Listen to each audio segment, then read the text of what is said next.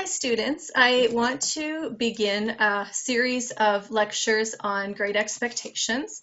Hopefully you've purchased the Oxford edition from the bookstore or from wherever, but just the Oxford University Press edition because it'll be easier for you to follow along if we're always in the same edition, and then I refer to a page, you'll be able to know which page. Okay.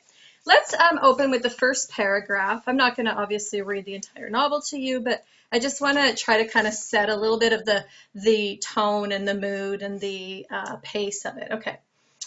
My father's family name being Pirip, and my Christian name Philip, my infant tongue could make of both names nothing longer or more explicit than Pip.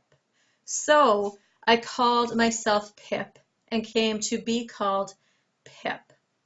I give Pirip as my father's family name on the authority of his tombstone and my sister, Mrs. Joe Gargery, who married the blacksmith, as I never saw my father or my mother, and never saw any likeness either of them, for their days were long before the days of photographs. My first fancies regarding what they were like were unreasonably derived from their tombstones.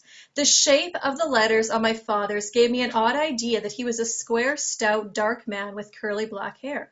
From the character and turn of the inscription, also, Georgiana, wife of the above. I drew a childish conclusion that my mother was freckled and sickly. To 5 little stone lozenges, which are like just little headstones, each about 1.5 feet long, which were arranged in a neat row beside their grave and were sacred to the memory of 5 little brothers of mine who gave up trying to get a living exceedingly early in that universal struggle. I am indebted for a belief I religiously entertained that they had all been born on their backs with their hands in their trouser pockets and had never taken them out in this state of existence. Okay, so based on this first couple of paragraphs, what do we learn about our narrator? Well, we learn that he's an orphan, right? His mother and father are buried in the church graveyard along with his 5 brothers.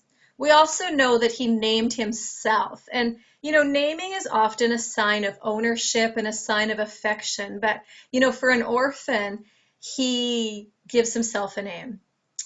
We also know that Pip is an adult narrator looking back on his childhood, on his life, okay? And it's similar to the poem we looked at, The Night Grandmother Died, in that, we have this narrator.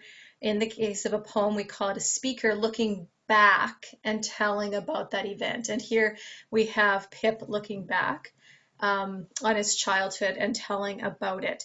And it's interesting about how we remember things, like our earliest remembers. And often when we kind of remember something, we associate maybe things that we just that really stood out to us, that we saw, or smells, or certain sounds. And we often remember a situation in a certain way, but it's likely that it actually didn't happen that way. But just over time, we've kind of begun to see it a certain way or adjust it or something, right? Our memories are actually incredibly fallible.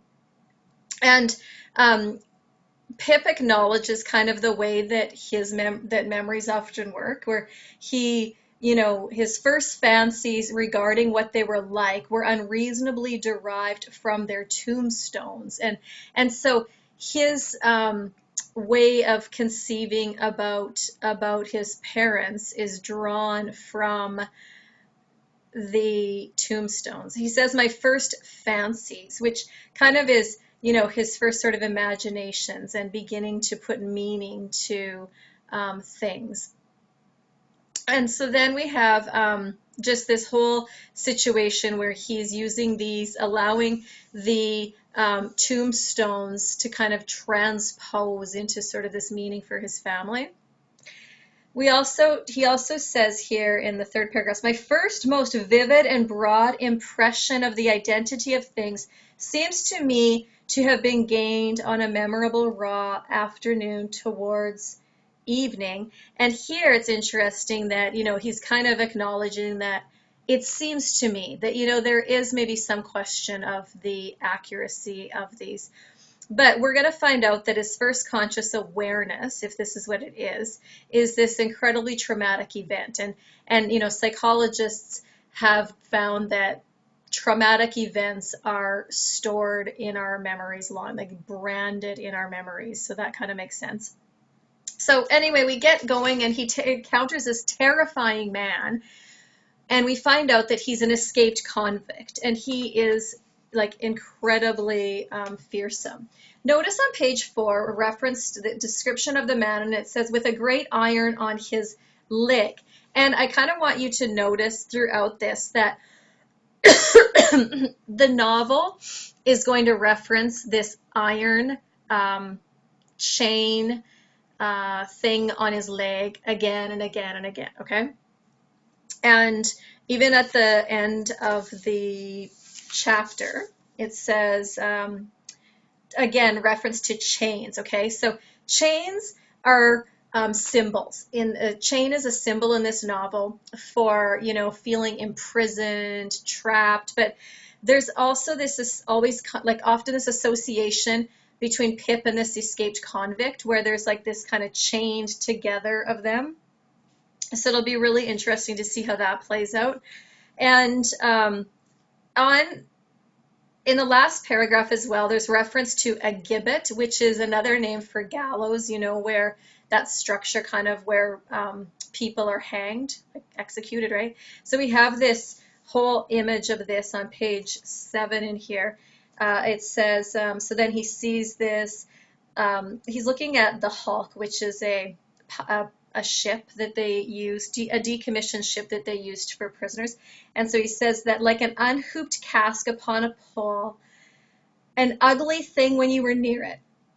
The other, a gibbet, the gallows, with some chains hanging to it, which had once held a pirate. The man was limping on towards this latter as if he were the pirate come to life and come down and going back to hook himself up again. It gave me a terrible turn when I thought so, and so I saw, and whatever. Okay, so this idea of being hanged is another motif in the novel. We're going to see this again and again. And this actually could be a symbol as well, just that, you know, certain choices we make are actually going to, you know, rob us of life in a metaphorical way.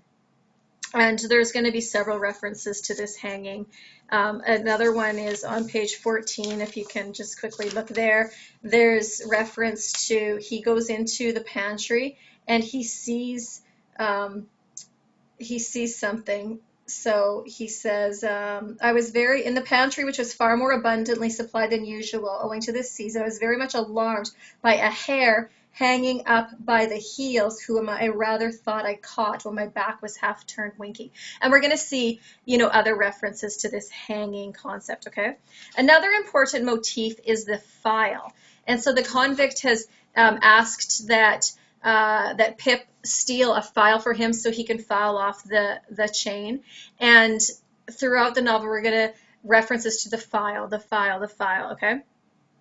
I'm going to wrap that up. I'm going to carry on in a series of videos.